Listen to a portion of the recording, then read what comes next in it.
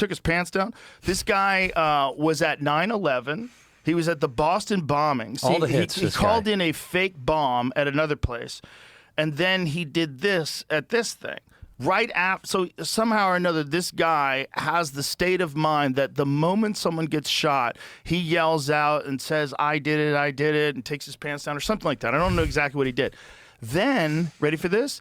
He gets arrested for child porn right away. Right after this happened? Oh, right away. He's in jail for child porn. Why is that? Well, now you can't interview him. Right, right.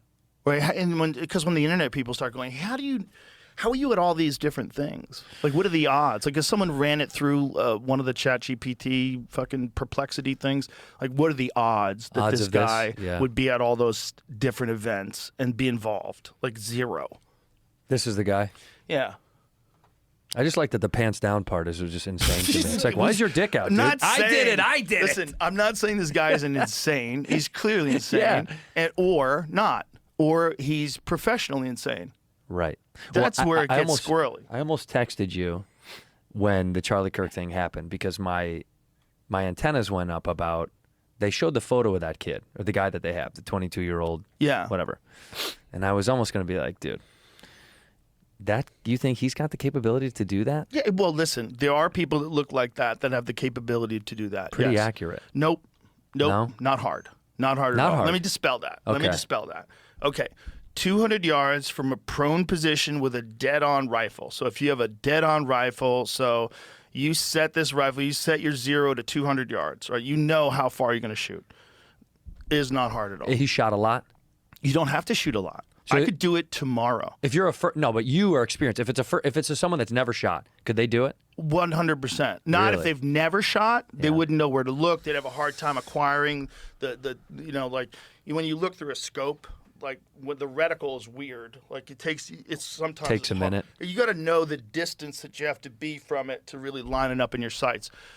But you could get a guy like my friend Andy Stumpf, who was a sniper in the SEALs. You could get him, and he could show you how to do it in an afternoon, and then you could hit steel at 200 yards every time you pull the trigger. One day you could learn that. Yeah. Wow. Yeah.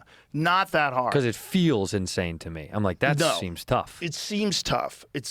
We still haven't figured out whether or not the gun that shot Trump had a sight on it, because we weren't sure if it had a sight on it or if this guy was using iron sights.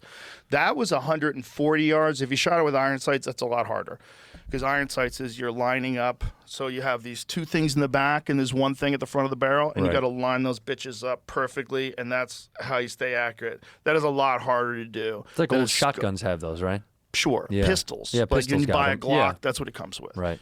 But this kid had a rifle with a scope. Now here's where it gets weird.